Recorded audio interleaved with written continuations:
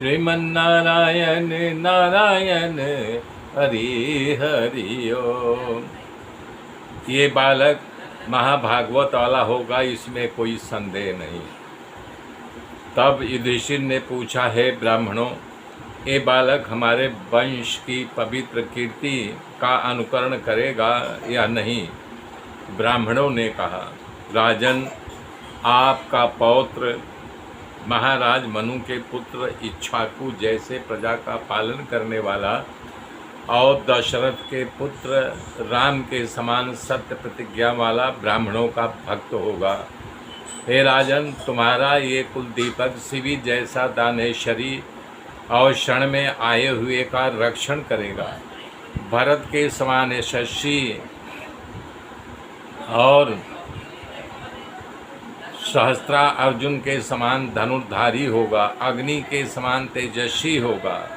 समुद्र की तरह गंभीर, पृथ्वी की तरह धीरज वाला और सिंह जैसे विकराल और ब्रह्मा जैसा, शिव जी जैसा कृपालु होगा। रंती देव जैसा उदार और कृष्ण भक्त होगा।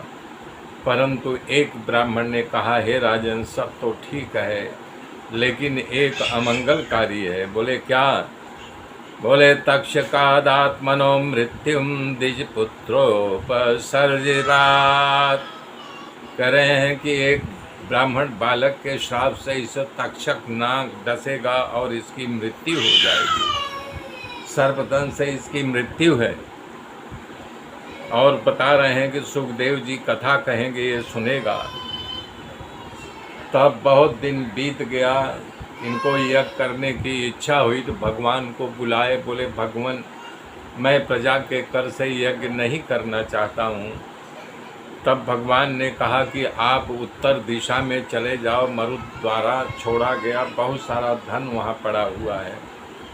तब वो जा कर के धन को लाते हैं। उस धन से 3 बार यज्ञ हुआ, फिर भी धन बचा रहा।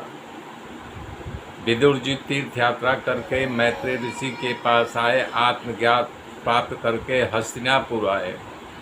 सब ने उनका स्वागत किया। इसके बाद विदुर जी ने अपने यात्रा की कथा पांडवों से एक दिन सोए हुए धृतराष्ट्र को विदुर जी ने जगाया।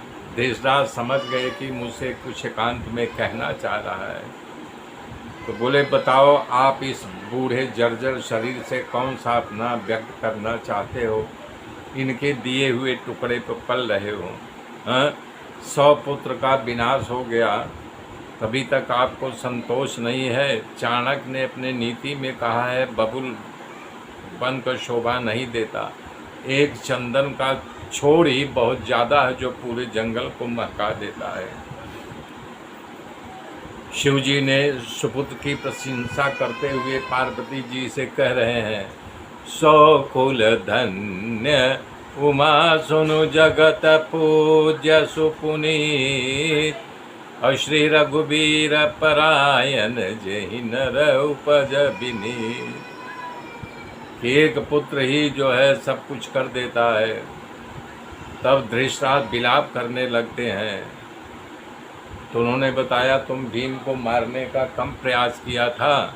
हाँ, इसको जो है इनके हाथ का तुम्हें कैसे भोजन पच रहा है? वृद्ध शरीर से तुम्हारा कौन सा मनोरथ सिद्ध होगा? ये सुन करके गंधारी को साथ लेकर के विदुर के साथ रात में ही निकल पड़े।